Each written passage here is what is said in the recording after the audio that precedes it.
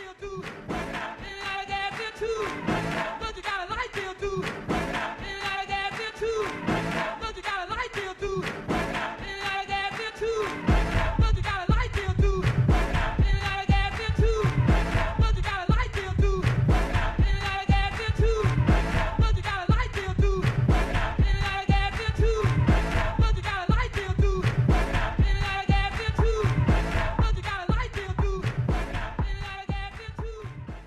Alright y'all, so we back. Welcome to another one of my BandClap TV rant videos. Shoot, y'all think I sounded real choppy and robotic in my last videos? This one right here is really gonna sound choppy because as y'all can hear, I'm still under the weather a little bit. So I'm gonna be sniffing a lot, coughing a lot, sneezing. So y'all ain't gonna be able to hear it. But if y'all hear me sound like this, if y'all hear me sound like that, then y'all know what's up. I can't lie though. I've had a lot of people to watch my videos and tell me that, yeah, your style of how you make your videos and how you talk, it takes a little getting used to at first. But after the first video, it's pretty much commonplace and y'all kind of getting used to it now since I've been doing these videos a lot. So I really appreciate, again, I definitely want to express my gratitude and my deepest appreciation to all of my subscribers, also to everyone who's been donating, everyone who's been checking up on me to make sure that I'm okay. I really appreciate y'all, especially all of my daughters of Oshun, my Akashas and my Obananis. Shout out to Trishina C, CG Gayton, Homegirl, Isabel Montero. I mean, the list goes on and on and on. I really appreciate y'all, and this is the reason why I do what I do. And I don't know what YouTuber that I watched that said this. I know Dr. BOA said it, but I know it was a couple other YouTubers and they was like, look, you know, y'all not finna get me on here talking negatively about women, especially black women, at least not in a degrading type of manner, because just like they said, in my life, a lot of my greatest support has come from black women, melanated women. Now, we all got our fuckery and tomfoolery, and as y'all know, I call that out too, but I always like to bring it back to spirit, and I like to break things down on a more metaphysical type of level and give you some solutions. And that's one thing that a lot of these other alpha male and manosphere type YouTubers, they don't, these women that they call succubus women, any type of solutions for them to go up the ladder as far as their stage of enlightenment. Now, when they say that us as men, we're not supposed to engage sexually with succubus women because of the risk, now that part is true, because like I said before, sex is the lowest level of communication when you're talking about on a physical side. And just like how I said in that video, everyone plays the fool sometimes, going back to that analogy about the baked chicken, you wouldn't want to establish a soul tie type of connection with a succubus woman, because just like that chicken, she isn't ready yet to be able to truly appreciate, value, and keep cultivated that connection. I mean, she's still trying to find herself. So just like how you would treat a bad kid back in the 70s or back in the 80s, you know, you always had that rebellious kid who think they're grown, so they end up either running away from home or you end up kicking them out, and life slaps them across the face and beat them upside the head to the point where they come crawling back like the prodigal son or the prodigal daughter. And when they come back, they're all ears. Anything that you're willing to teach them, anything that you're willing to give them as far as game and wisdom, they're willingly surrendering to it because they've already been out there in the world and they know what that quote unquote world on the outside has to offer, and they ain't trying to go through that no more. But see, I'm still talking on a stage 3 type of level, that level where you have that ultimate sense of peace. And that's what I want to talk about in this video, because I've really been thinking about, in this real effed up world that we live in, how can you really find peace? I mean, how can you really have peace in this crazy world that we live in? And then I thought about the monks that live in the mountains, and sometimes I wonder, how is it that a monk can just be so peaceful like they are? I mean, I know at the end of the day, they're no better than us and we're no better than them. So what is it? But before I get into that, I really want to expound a little bit on this video that Book of Alpharonomy, aka Dr. BOA, had on his channel, talking about God is not in the church and the church is not where you find God. And in that video, he was talking about his relationship with the Most High and how our relationships with the Most High should be, that we shouldn't have to go through a quote unquote middleman in order to reach the Most High. And any type of doctrine that expresses that point isn't something that the Most High ordains. Now, before I go in, let me go ahead and put this disclaimer out there. This video, or this segment of the video, is in no way, shape, or form coming at Dr. BOA. So it ain't no beef or nothing going on out of all of the YouTubers that I watch. Dr. BOA, even though I just got put on to his content not too long ago, even though we came up from 2 different backgrounds, I can still relate to a lot of things that he talks about, because I too got a lot of game and a lot of advice from the PIs. But with me, it happened a little bit later in my life, when I was about 18 or 19, and I used to DJ at a club in Memphis. And in that club, they would have the old folks night where they would play nothing but old school blues and stuff like that. Now, on these nights, it was like 35 and up. So since I was cool with the owners of the club, they used to let me come in for free on those nights. And I would just sit at the bar and it'll be nothing but old school frat dudes and PIs and stuff like that, just spitting game. And it just got to the point where I kept coming women there so much, and all I would do is just sit and listen, that I ended up getting real cool with them. And they would lace me with top-notch game to the point where I would end up being there macking on the older chicks. I'd be trying to get with the older chicks, and the thing about it was, since I already got an old soul, it was a lot easier for me to get with the older women because they was just so used to me and just being direct and just telling them what they want right off the bat without you having to play these games that sometimes you have to play with the younger women that was my age. So I really have an immense respect when it comes to the PIs, the old school pimps, and all of that. And when I listen to Dr. B08, I feel like I'm right back in Memphis at seeing them lounge, listening to the old PIs chop up game with each other. And sometimes even the women that they would mess with would drop game to me too. So that's why I never look down on quote unquote the ladies of the night. Now I can say with a straight face, hand on the Bible, I've never had to pay for sex or anything like that. But like I said in my last video, women always looked out for me, even if it wasn't just about sex. So I don't have any negativity in my heart when it comes to black women, especially now that I'm in that stage 3 enlightenment type of phase, because now it's to the point where when I see these chicks acting up all on Instagram and all on Facebook, being ratchet and all of that, it's like now I no longer see them as the succubus that they are. When I look at them, I see that traumatized little girl that was pulled so much far away from her innocence that not only can she hardly even live with herself, so she always have to be around a group of girls that's full of the same drama because they remind her of her. Then you have the other group of girls that only likes being around guys, but they only like being around the guys that remind them of them, and that ends up being a real fucked up road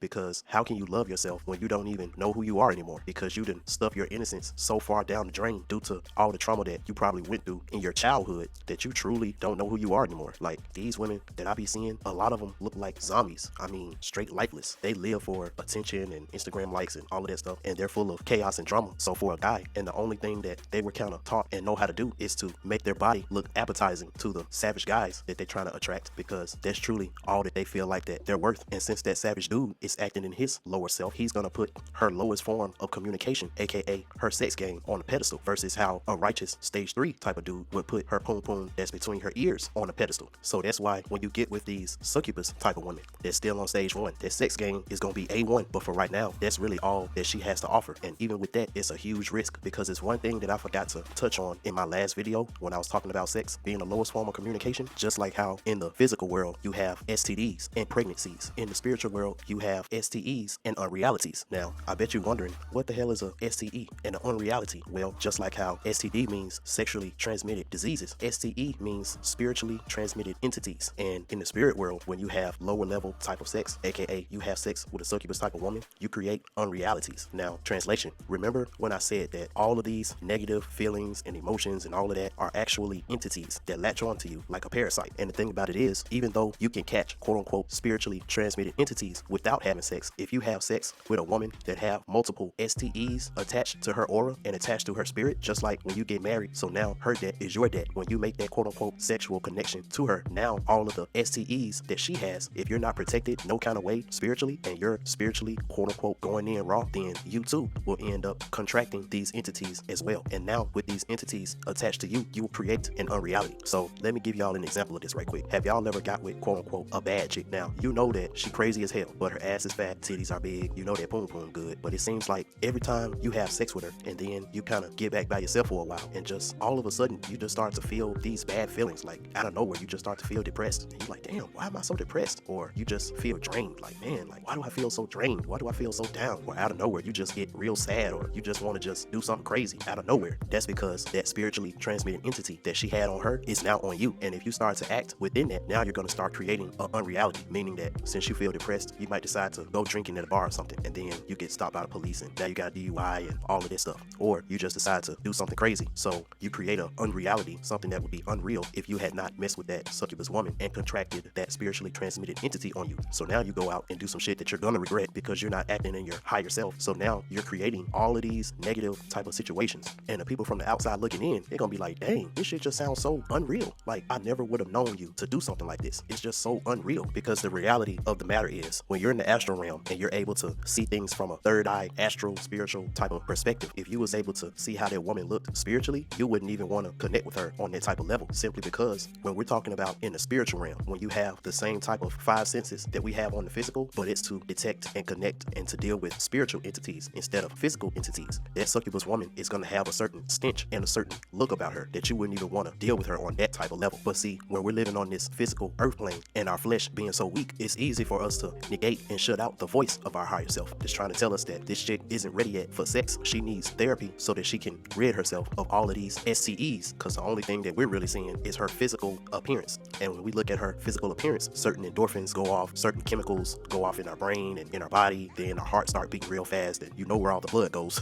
So if we haven't learned how to be disciplined in that type of manner, it's going to be hard to decipher and vet these women on a higher up spiritual plane type of way, because just like how there's not a whole lot of righteous stage 3 type of men out there, being honest with you, for a woman that's on that path trying to be a kasha, naturally her body count is going to be super low, and she may end up just marrying the first or the second righteous guy that she gets with. That's the reason why it's so hard to find Obanani and Akasha, because like I say, as soon as they come out they hiding place, they get wiped up real quick. And when it comes to us guys, if you're truly serious, when we're talking about our 3 stages of enlightenment, going from stage 1 to stage 2 to stage 3, it's a lonely road for us, because it gets to the point where we ain't even worrying about STDs and pregnancies anymore, because we're so higher up when it comes to our way of thinking and our mentality and our careers and all of that, that we know better not to mess with no bottom of the barrel type of women that have STDs. But we also know to protect ourselves physically to make sure that we don't have children when we're not supposed to. But nah, it gets to the point where things get a little bit deeper, because now the road is a lot more of a lonely road, because what you do when you see a woman that's at stage 2, she got a career going on, she got money, she looks good in the manosphere, she will be called a 85 and a 92 octane type of woman. Shout out to BGS. But the thing about it is, even though she got it going on the physical side, when you're looking at her in a stage 3 enlightened man's perspective, you can still see that even though her physical body may not have any diseases or anything like that, her etheric body and her aura is filled with a whole bunch of STEs that when she go home and she take that business suit off, throw that wallet to the side, she's just as broken and she's just as torn and scorned as a succubus woman that's on stage 1. So dealing with her, you're still going to end up in the same position.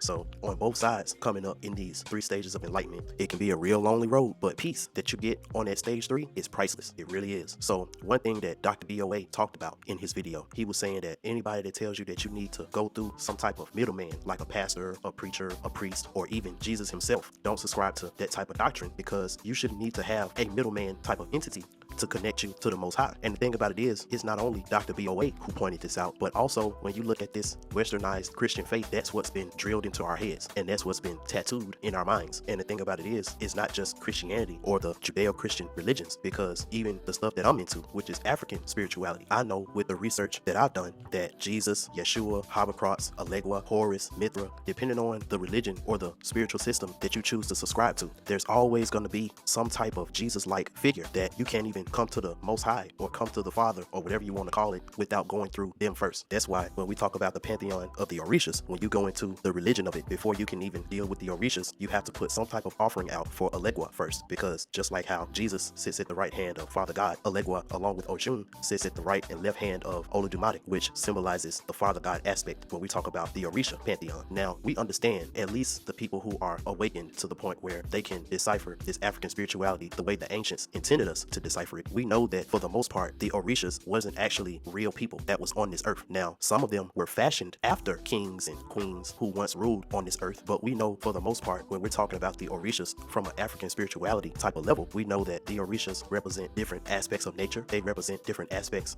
of our bodies. They represent different spiritual systems in our body, like our chakras and things like that. And they also represent different archetypes of a person and the paths and the consequences and the goals and destiny thereof. And that the stories that these Orishas have are nothing but allegorical tales and parables that's meant to teach us different lessons about life and different lessons about how we should treat people and how we should not do certain evil things and all of that. So going back to my point about Alegua, if we look at Alegua in a Christian type of form, Alegua would be considered the baby Jesus, just like how Horus represents the baby Jesus. And doing this research for me to make this video, I had to do something that I haven't done in a while since I got out of Christianity. I had to crack open my Bible and really study Jesus. Now, I've always heard and I've always seen people make the comparison to Jesus and Alegua, but since I've been doing a lot lot of shadow work and I've been doing a lot of work while in the energy of Elegua, I can truly understand what it means to be like Jesus or to be a Jesus figure. So the right way to say you can't come to the Father or you can't get to the heavens or whatever you want to put it as without going through Jesus first, what it's really saying is you can't even fathom what your higher self, or you can't even fathom what the Most High or where the world of the Most High really is unless you're acting in your innocence,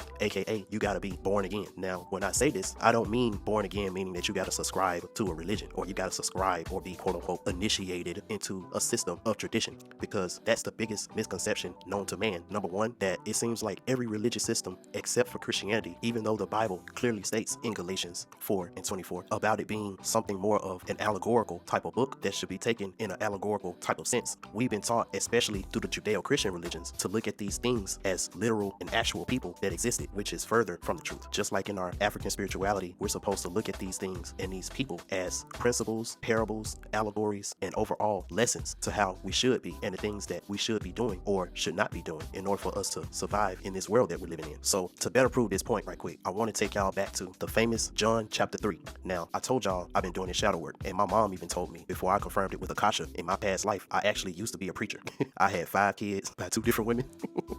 And I was able to go back into my past memories and kind of get a glimpse of who I used to be in that particular life. So if it sounds like I'm giving y'all a sermon, I mean, that's what I used to do back in the day. Now, this will probably be my last time doing something like this. No, I'm just playing. I mean, I couldn't call myself an Elegua or a divine messenger if I can't get messages from all different types of books, ancient texts, even if that means going back to the book that everybody pretty much knows about, and that's the Bible. Because the Bible in itself, even though it's a small fraction of the different places and the different texts that it was taken from to make the quote-unquote Bible, the Bible in itself isn't a bad book. We've just interpreted it wrong. We've been taught to interpret it wrong. I'm gonna say it like that all of these years. But the minute you learn how to interpret the different codes and interpret the different languages that the Bible has to offer, man, the Bible is a lot deeper than what you think. And the thing about it is, the more you go into your own sacred spirituality, you'll be able to go back and understand different things in the Bible in ways that you didn't even look at it back when you were in your Christian phase, when you thought that the Bible was the only spiritual book on the planet. So for the people who don't know about John chapter 3, there was this Pharisees man, his name was Nicodemus, and he was a ruler of all the Jews and all of that. He came to see Jesus at night, and he asked him pretty much, I know that you was a teacher that was sent from the Most High, simply because no quote-unquote regular person will be able to do these feats and to do these miracles that you do unless they were sent from the Most High. Now, just a backstory about Jesus, because the Pharisees and the Sadducees back then, in those times, those would be quote-unquote the preachers, the priests, and the popes and all of that. That's what their name was back then in those times. But the thing about it was, in the Old Testament, different prophets would talk about this Messiah who was coming, and his name would be Emmanuel, which means God is with us, and all of that. And I mean, pretty much told you how this quote-unquote Messiah was going to come, how it was going to be born, what it was going to do, and all of that. So when Jesus came on the scene and pretty much did and manifested and witnessed all the things that the prophecy talked about, the people pretty much accepted the fact that Jesus was the Messiah. But the Pharisees and the Sadducees, quote-unquote the religious leaders who were already in power, they didn't want to relinquish or give up their power to some new doctrine that this quote-unquote teacher, who wasn't even really initiated into the traditional religious system. Because when you really read the Bible, and even though we know that Jesus was baptized and all of that, those higher ups in the government, they still didn't really recognize Jesus as the prophet and as the Messiah that he was. And they tried so hard to find things against him that'll make the people turn against him. But Jesus always acted in his innocence, and he always acted from his higher self at all times. Luke chapter 2 verse 49, and he said to them, why did you seek me? Do you know that I must be about my Father's business? And the thing about it is, and I say this all the time, when you're acting in your higher self and you got a sound mind and you have a righteous spirit, your flesh is pretty much outnumbered, meaning that as long as you got those other 2 faculties and you're always acting in that, it's going to be damn near impossible to be tempted to act in your flesh, which is your lower self.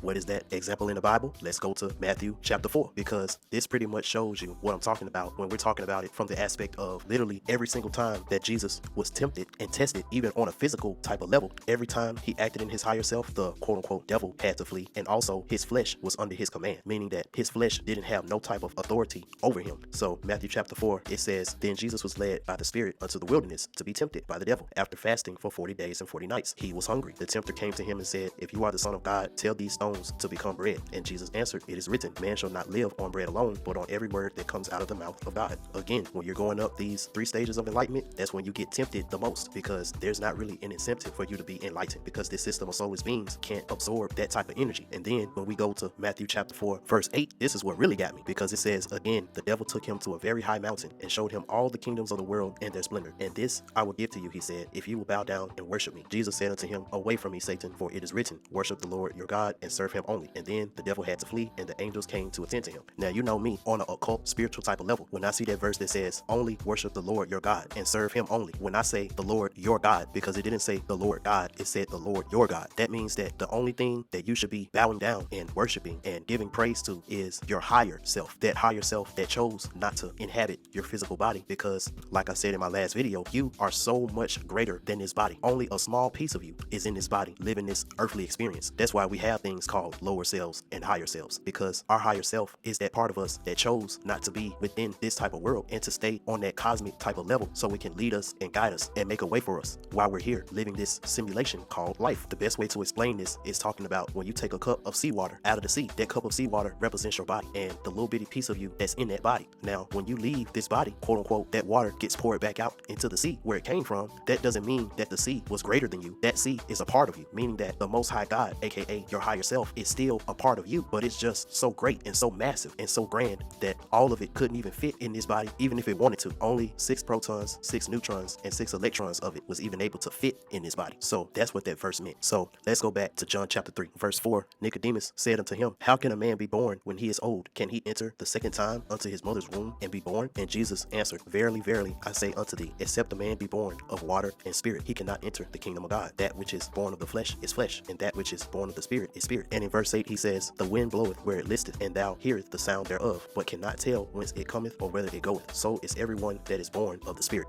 Now, I know to a lot of y'all that aren't subscribed to Christianity, that was probably a big earful, but for all of us occultists out there, it's going to be very easy for you to decipher this verse, because we know that when Jesus says, except a man be born of water and of spirit, when we look at water in a metaphysical sense, what does water represent? It represents your emotions, and spirit just represents light. So y'all hold on to that, make a mental thumbnail of that, because I'm gonna bring this back up when I talk about this analogy about how you can make peace in your life. Now, just like I said before in my video when I was talking about the light beings and the warrior gods and all of that, when we're talking about innocence, when I say innocence, I don't mean innocence when we're talking about a physical sense. All this stuff is talking about is your soul. And when you're doing things in your life that's according to your soul's purpose, sometimes it's not going to align with this worldly system and what it entails. So it may be situations to where when you're acting in your innocence, you may quote unquote fuck some shit up in this system to where you might get in trouble. But as long as you're acting in your higher self, when you did that, your higher self, aka the Most High, will always get you out of those situations without a scratch, because that's what you're supposed to do, is follow your solar purpose. That's why it's so important when it comes to our children to make sure that we rear them in the way that they're supposed to go, by helping them find themselves spiritually at an early age. So that way it'll be impossible damn near for their innocence to be taken away from them, because they know themselves, they love themselves, and anything you love, you're going to protect it with your life. And we have to teach our children to be able to treat our innocence as something as precious as moldavite,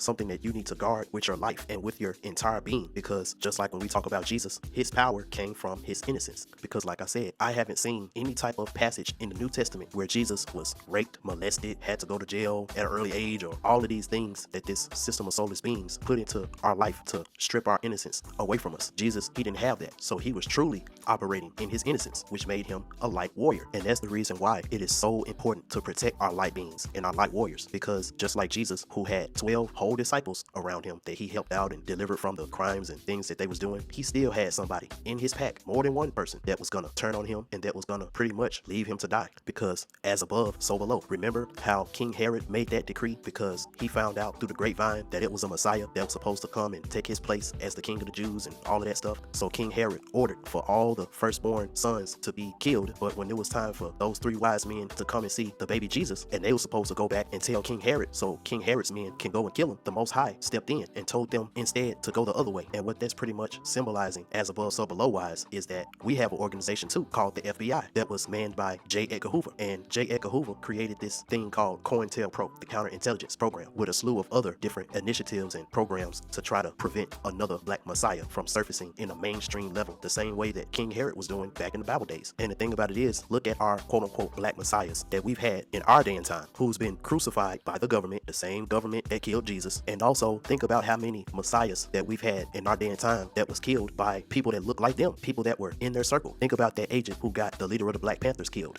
What was his name? Fred Hampton. That dude was pretty much became his friend and probably ate with him, went out with him, been in his house, all of that stuff. And just like Judas, for a little measly 30 pieces of silver, it was easy for him to turn on him and get him killed. But just like how the Most High told the 3 wise men to go the other way and not to go to King Herod, no matter what these system of soulless beings try to do to try to pinpoint and try to find who the next Black Messiah is, if it's something that the Most High ordained to happen, it's truly nothing that they would even be able to do to really stop it. And at the end of the day, it's up to us people to rally behind and to protect that light being when it comes to this earth and tries to give us the real truth, even though it may be something that sounds a little unorthodox because we're so used to how things are traditionally been throughout our whole life. Now, I know somebody is probably saying that, yeah, you're talking about that in order for you to be in that spiritual alignment with your higher self, aka with the Most High, and you got to be working in your innocence. Does that mean that there's not going to be situations where you got to turn up and nut up and be on your alpha male shit, letting people know not to get it twisted? Yeah, that doesn't take you off of the hook when we're talking about that perspective either, because even though we all know that these aren't the only books in the Bible that Jesus was in, a lot of the books of the Bible that he was in was taken out of the Bible for some reason or another. But since most people aren't going to really do that type of research, I'm going to just stick within the context of this King James version of the Bible and this other infamous Bible chapter that everybody likes to talk about, which is Matthew 21, when pretty much the people inside the church got a little wicked and they pretty much started to turn the church into some sort of casino or something. Kind of the same way it is now, where you have these hydro-dollar ass preachers and stuff, got people throwing money at the pulpit and he dancing on top of the money like he at some shake joint, and you got girls twerking all in the choir and all of that stuff, doing things that was never ordained to do at the church. So as above, so below. The same thing was happening in the Bible times, and this is where we get to verse 12 when it says, "Then Jesus went into the temple of God and drove out all of those who bought and sold in the temple, and overturned the tables of the money changers and the seats who sold doves. And he said unto them, It is written, My house shall be called a house of prayer, but you all have made it a den of thieves." So in this moment, Jesus was showing them that, look, yeah, I may be this nice, gentle person and all of that, but at the end of the day, I'm still that nigga, and you ain't finna play with me nor the places that my heavenly Father ordained to be places of prayer and therapy. And remember when I did that podcast talking about how Alegua represents the inner child, when I told y'all about if you have a child, a little child, and there's a negative person that's in the midst that you may be dealing with or maybe around that child, and that child starts to cry and scream, that's your child's way of trying to warn you that the energy that the person that you're dealing with is not right. Now, while Jesus was doing this rapture type of situation with this church, you would think that the children around will be crying and screaming, no, screaming and yelling and crying. But no, it says in that same Bible verse, verse 14, it says that the children were crying out, but they were saying Hosanna to the Son of David, which means that they recognized the innocence that Jesus was acting in. They recognized that the wrath that he was doing, it wasn't because of malintent. Even though he was inciting wrath, he was still using it in a righteous and innocent type of way. And it got to the point where the chief priests and the scribes who were in the temple still, they was like, yo,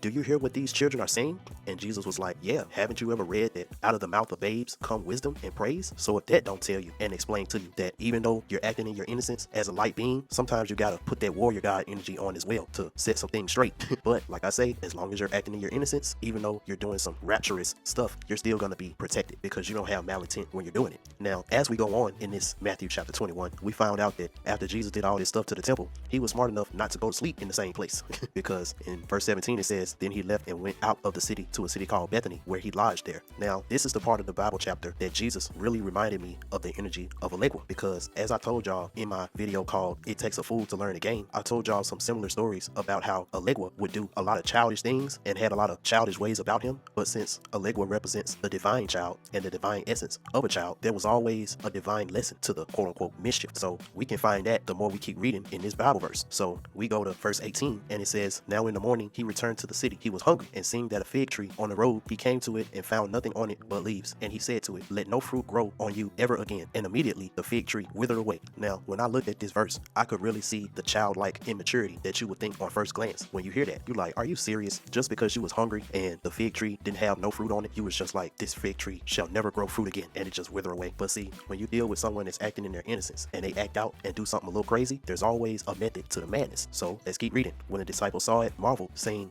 how did the fig tree wither away so soon? So Jesus answered and said to them, assuredly I say unto you, if you have faith and do not doubt, you will not only do what was done to the fig tree, but also if you say to this mountain, be removed and be cast into the sea, it will be done. And whatsoever things you ask in prayer, believing, you will receive. Now, it's kind of messed up that with us, sometimes in order for our spiritual self to really shine through and for us to really start listening to our higher self, our flesh have to be so weakened and our ego has to be so dead and bruised so it won't get in the way. Just like how Jesus was hungry and he really wanted to eat something off that fruit tree and he got mad that there was no fruits on there. So when he used his words, which are a spell, Proverbs 18:21, he was able to instantly make these marvelous things happen in seconds. But just like Jesus always says in plenty Bible verses, that everything that he can do, like he did with the fig tree, like he told them, if we have the same faith in our higher self and we're fully connected and fully committed to absorbing that energy of our higher self, we too can do things a lot greater than what he did. Translation: it took a lot of faith for someone like Malcolm X to do what he did, to speak to us black people when he knew that he had a lot of heavy-hitting government organizations that could kill him at any minute, but he had no fear because he was working in his innocence. All he cared about was the people. He didn't care about how he would end up, because the message that he was teaching, the message that Medgar Evers and the message that Dr. Ben and the message that Khalid Muhammad and the list goes on and on, they knew that the message that they was teaching was bigger than them. And us people that's light beings that's still on this earth, we can take their message and we can go a lot farther with it than they ever could have gone while they was on this earth. But in order for you to do that, you have to have some type of peace around you. You got to be able to create that peace so that you'll be able to have that safe haven that you can always come back to or be in when you're faced with the adversity and the temptation that's going to befall you.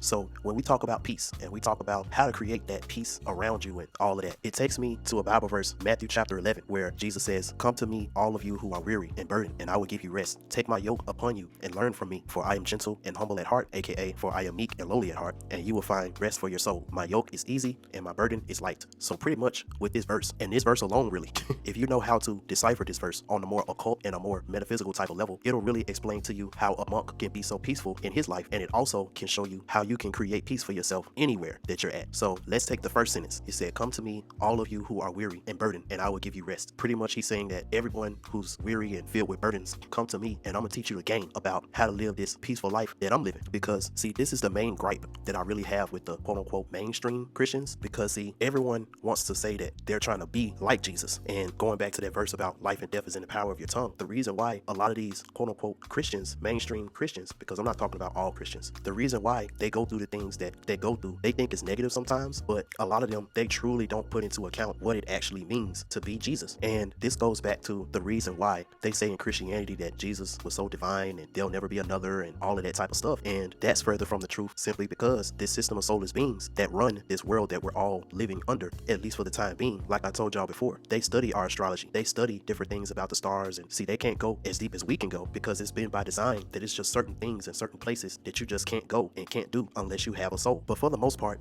every time a quote unquote black messiah is born that's supposed to be the next Jesus type figure, as soon as it's born, it's been put on heavy surveillance, heavy mind control, and just on a regular type of level, since that child is so innocent and his power is in his innocence, her power is in her innocence. They're easy to be taken advantage of, and it's so easy for their innocence to be taken away from them. And as soon as that innocence is taken away from you, you're gonna spend your whole life damn near trying to get it back. Life that you could have been using to teach and preach and help others get to their stages of enlightenment. And if not that, they just kill you off. And if they don't kill you off, they'll just make you look delusional and just make you look crazy, quote unquote, being a hotep nigga or being someone who's too woke, as they like to say it. And I always have these people in the conscious community talk about, you can't call yourself quote unquote woke if you're broke, meaning that how can you call yourself conscious and you don't have a whole lot of money and you pretty much struggling worse than us and you call yourself woke? Well, let's go back to the Bible days, since we're talking about Christianity here. Last time I checked, Jesus pretty much was born into poverty. Let's go back to the birth of Jesus. He wasn't born in some castle or some type of prestigious place. Last time I checked, Jesus was born in a barn, in a shed, because they had no room for him in the hotel. When Jesus came to that temple on that Matthew chapter 21, I know this ain't modern times, but I'm just trying to prove a point to y'all. Jesus didn't come to the temple with a jet. Jesus didn't come to the temple with a Beamer, with a Ferrari, all of these nice cars that these hydro dollar ass preachers be coming up in, because they've spent their whole life taking money, taxpayers' money, away from the poor and away from the innocent to fund their own greedy lifestyle. Jesus came to the temple with a donkey, and when you look at the times back then, a donkey is like the lowest level of an animal that you can travel with. But the thing about it is that donkey was one of the most reliable animals. Not only was it one of the most reliable animals, you could actually pack a lot of stuff on that donkey and it was real resilient. So the best way to explain it is Jesus pulled up in a Honda Civic.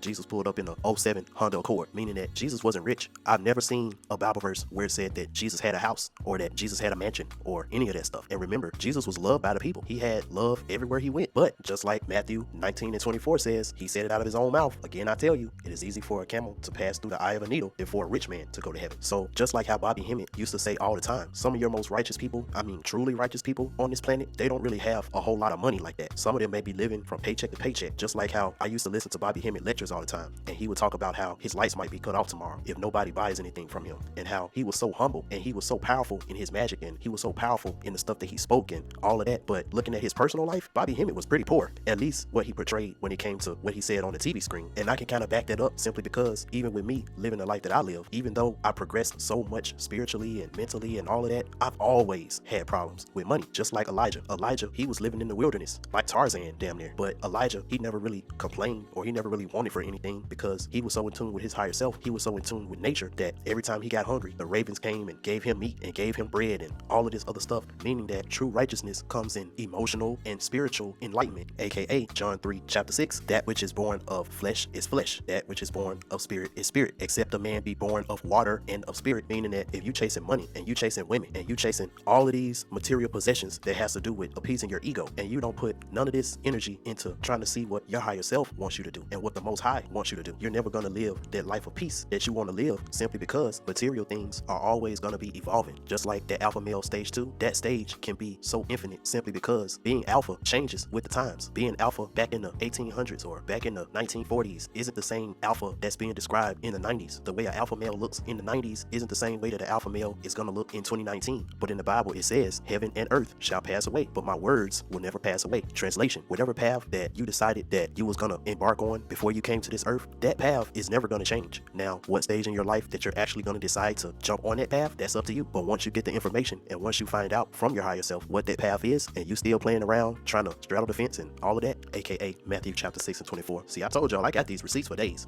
You keep on thinking that you're going to be able to do that and have a peaceful life, it's not going to work, because the more you try to defy and the more you try to go opposite of the path that you've pretty much drawn out yourself to do, the harder your burdens are going to be and the more unnecessary work that you're going to have to put in to get there, just for you to have to make a whole U-turn when you finally do decide that you're just going to go ahead and do what you're supposed to do in the first place. Now, the next Bible verse on this Matthew chapter 11, it says, "Take my yoke upon you and learn from me." Now, I looked up the etymology of the word yoke, and it pretty much means join me. So when we translate that Bible verse, it says, "Join me and learn from me, because I am meek and lowly at heart." Now, let's translate that verse, because I say this all the time.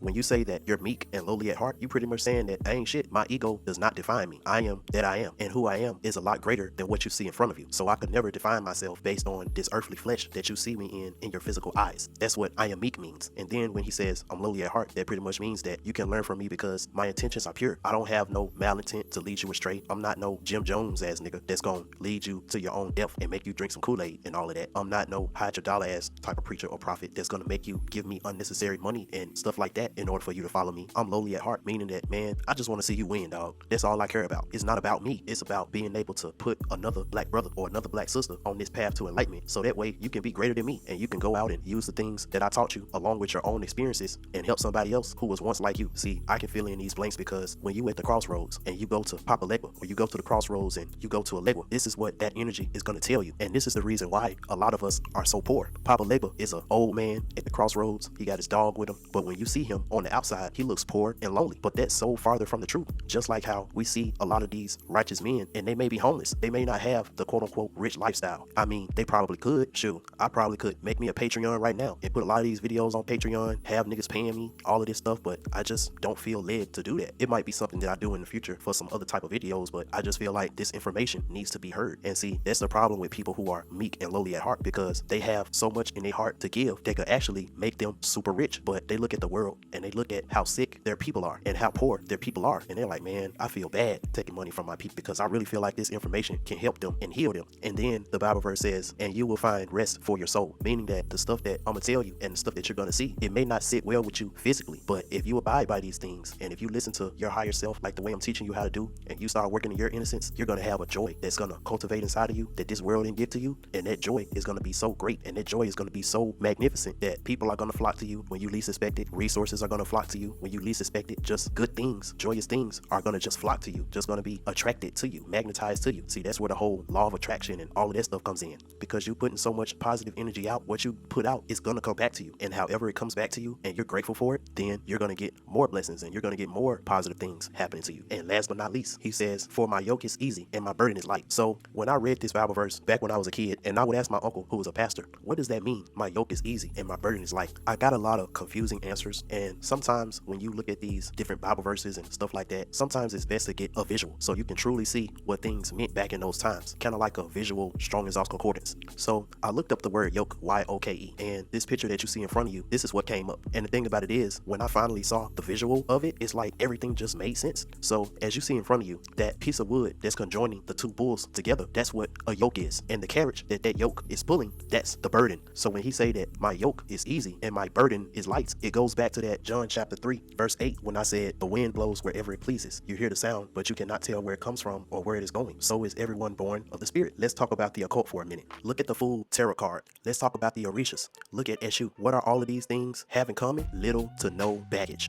Look at the Fool tarot card. How that fool has a little stick with a small bag at the bottom to where he can move like the wind and he can travel and do the things that he needs to do. But when it's time for him to leave, all he got to do is just pack his little small bag and he's off to the races. Remember the Pataki that I was telling y'all about Alegua, how he traveled with his bag of stones and herbs, and those bag of stones and herbs would help him out spiritually, physically, with anything that he was going through while he was at the crossroads. Same thing. And our great sister Erykah Badu, she said this perfectly in her song called Bag Lady. The reason why it's so hard for us to move on and go to the stage 2 and the stage 3 of our enlightenment is because we got so much baggage that we haven't thrown out, and it's making it unnecessarily difficult for us to make the moves that we're supposed to be making. Going back to the Bible, I haven't found the Bible verse yet talking about Jesus had a whole bunch of suitcases, a whole bunch of bags, and all of that stuff. Every time I would see Bible verses of Jesus traveling, all he had was his dogs, aka his disciples, and he might have had naturally a small little bag of belongings, just like that Fool tarot card, and he was able to easily, quote unquote, pick up his bed and move when he needed to. So if we're really trying to be that Horus, Harpocrates, Jesus type of figure in our own lives to create the peace that we desire, when it's time for us to move on, we got to make sure that, number one, we live within our means. Even when you get big lump sums of money, remember, the more you give, the more you receive. And one thing that I don't even understand about some people, they get a big check and the first thing they do is tack on more bills. Just like Biggie said, more money, more problems. Just like J. Cole said, sometimes being broke is better. So like Erykah Badu says, pack light, because on this spiritual journey, we got to be like the wind. We don't know when our time is up for us to leave this environment that we're in to go somewhere else. Shoot, I can even point to the 48 laws of power,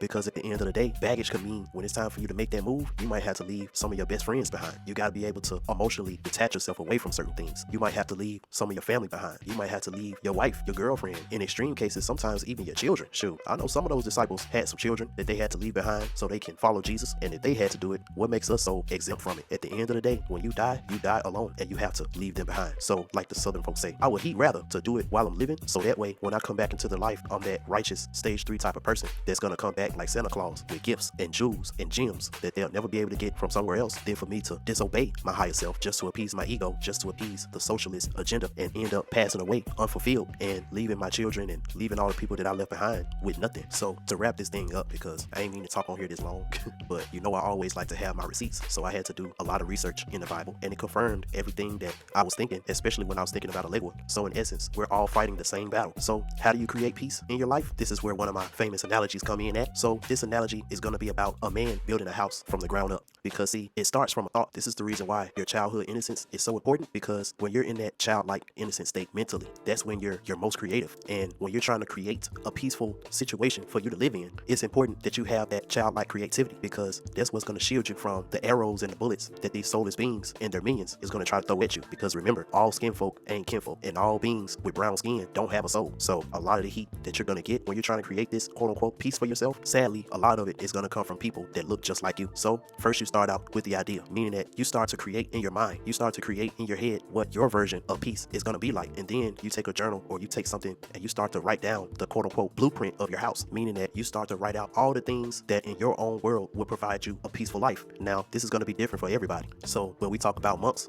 they were raised up with this type of science. So they were raised up doing this. Since we wasn't raised up to do this, this is why we're a lot later in the race when it comes to this. So then the second thing, which is actually the most important thing, is your foundation. What is the foundation of your peace going to stand on or going to be placed on? Now, why is it that when most people decide to be monks, they go up in the mountains in the middle of nowhere off the grid? Simply because they understand that there's a lot of strength and serenity and sacredness with being to yourself. That's not something that you learn in this Western world where you're being programmed at an early age that you always got to fit in. You always got to be a part of something. It's all about who you know and all of that type of stuff. When you're in this sadistic world, being alone alone is considered a weakness because you're easily to be picked off if you're alone versus if you were in a crowd. Like I said in my video about it takes a fool to learn the game. As soon as you get off that beaten path, aka you don't want to be like everybody else and you want to just be on your own wave and do your own thing, that's when you become everybody's enemy. Now, that monk could easily live in the hood, live in this type of environment, but the thing about it is, it gets to a point where you get so high up in your enlightenment that you don't even want to be around a certain archetype of people because you're going to stick out like a sore thumb, and it's going to be easy for you to get picked off since you're alone. Translation, say that I want to build a house, but I want to build it in a bougie neighborhood, and everybody else got a traditional looking house, but I'm like, shit, I want to build a pyramid in my little plot of land because I'm being creative and I'm being unique, thinking outside the box. Man, I would draw so much unwanted attention to me, people gossiping about me, niggas breaking all in my house while I'm gone and trying to see what's all in there and all of this unnecessary drama, all because I want to be different. I want to be myself. I don't want to have an old regular shaped house like what everybody else got. So that's why when you're trying to get that peace, the first thing that you got to do is to make sure that the environment that you're in is going to be conducive to the peace that you're trying to obtain. And like I say, your foundation is everything. Now, if you really want peace, your foundation should be based on your higher self. Your foundation should be based on whatever divine system that you're in, that you have full faith and trust in, because your foundation is the most important thing about your house. So if your foundation is rickety, when you start trying to build other things on top of it, it's going to cave in and it's going to fall through. So building your foundation with different tools that the world did not give to you, your foundation, just like the Egyptian pyramids, is going to stand the test of time, meaning that you're going to build a peaceful bubble around you so great and so impenetrable that no matter what happens, you'll never be able to get fully knocked off of your square. So once you got your foundation down, now you got to figure out what materials are you going to use to make your house. Are you going to use the same shingles and sticks and wood and bricks that every other house is made out of, that if a small hurricane or tornado hit that house, it's just destroyed in pieces? Or are you going to use the same material to create your house that the ancient Egyptians used to create their pyramids? Now, the thing about it is, since you're going this route, unlike everybody else who's making their house all fast and quick, it might take you a little bit longer to gather up all your resources and materials, because I mean, what you're trying to make for yourself is going to be a whole lot stronger. And if you're successful and if you hang in there and don't give up, what you're building is going to stand the test of time a lot longer than what they're building. Translation, so now you move to an environment that's conducive to you having peace. You're steadfast in whatever spiritual system that's defined to you, and that spiritual system is going to have different laws, statutes, and commands and rules that you're going to need to abide by. That means that there's a certain way that you're going to be eating, there's a certain way that you're going to be taking care of yourself, and there's certain ways that you're going to learn how to communicate with people and all of this other stuff. Some spiritual systems require for you to go vegan, so somebody making that transition, it may take you a little bit longer for you to fully make that transition, but you know that it's going to be worthwhile for you if you actually do it. So now you got all your materials, so you've already built the outside of your house. So now the next thing that you got to figure out is, how many rooms are you going to make in your house? Are you going to have a 2-bedroom house, 3-bedroom house, living room, bathrooms, den, sunroom, game room, movie theater, bowling alley, all of this stuff? Or are you just going to have a real simple little 1-bedroom or little simple 2-bedroom house? Because at the end of the day, you want the people that's going to be in your house to be comfortable. You want to make sure that if your mom and dad is staying with you, you want to make sure that they're comfortable, got they master suite. If you got other siblings or friends or whatever that's going to be staying with you, you want to make sure that they got their own nice space and all of that, because too many people crowded up in one room is going to be real chaotic. And like I said, you're trying to create a peaceful house, so chaos is something that you're trying to stay far away from. Translation, now that you got your foundation, your spiritual system that you're committed to, now you're living a lifestyle that's connected to your higher self and the spiritual system that you picked to be your foundation. So now you got to start really thinking to yourself, thinking about what all people, places, and things am I going to allow in my aura, in my space. Now I know most people, their mom and dad are going to be some people that they're going to allow into their life because those are the people that birthed you. Now I'm talking to light beings, not the warrior guys who had problems with their mom and dad and all of that, because you might not feel the same way I feel talking about this. Now, when you're trying to live a life of peace, every single person that you have in your life have to serve a different purpose in your life. And if you got too many people in your life that's trying to serve the same purpose, drama is definitely going to end up ensuing from that. The same way a man can have 3 women that he may be talking to simultaneously. Now, it wouldn't be so far-fetched to say that he's only having sex with one of those women, and that woman knows how to supply his every need sexually to the point where the other 2 women that are in his life serve 2 totally different purposes for him, and he's able to act in that situation in a very peaceful manner. Now, just think if he had those 3 women and all 3 of them are women that he just looks at in a sexual manner, there's bound to be some type of drama that's going to end up ensuing because of that, because all 3 of those women are going to be trying to compete for him sexually. So again, that's not the type of drama that you're going to want in your life if you're trying to be peaceful.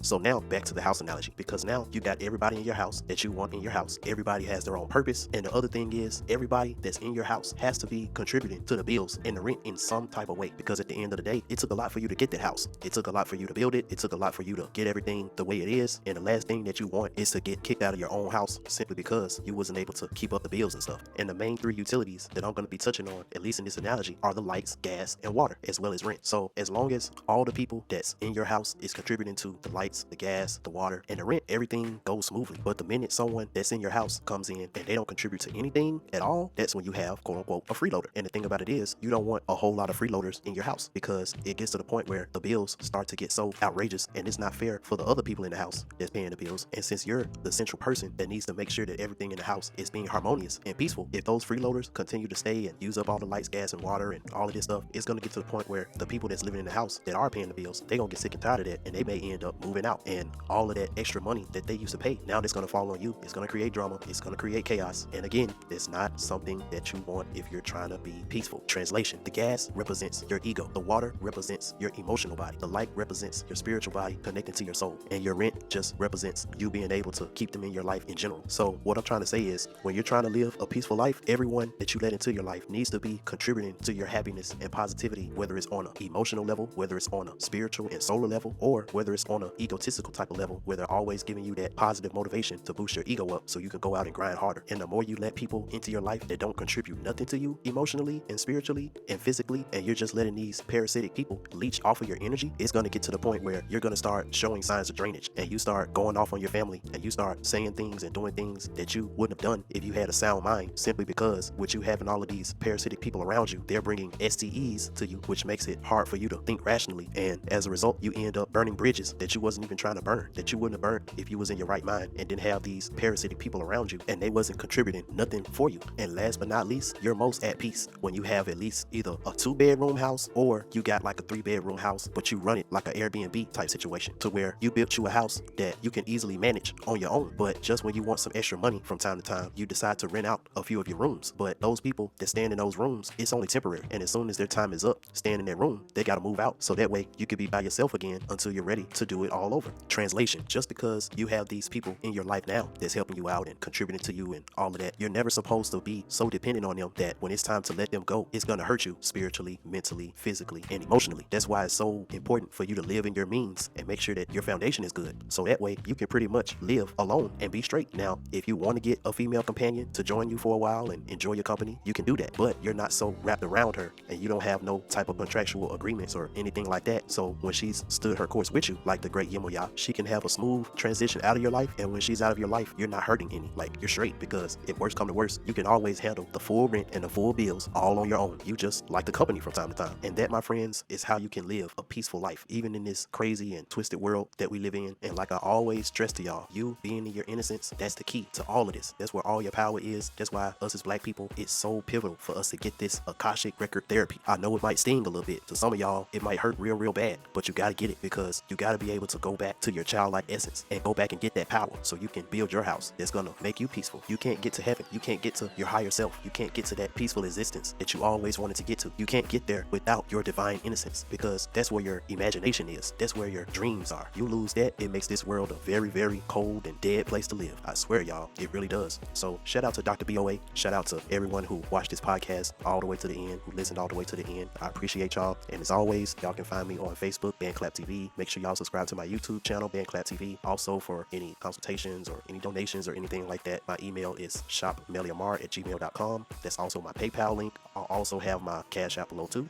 Like I always say, y'all, in these financial struggling times, any donations, anything y'all could do, I greatly appreciate it. Definitely help me out a lot. And until next time, BandClap TV, we out.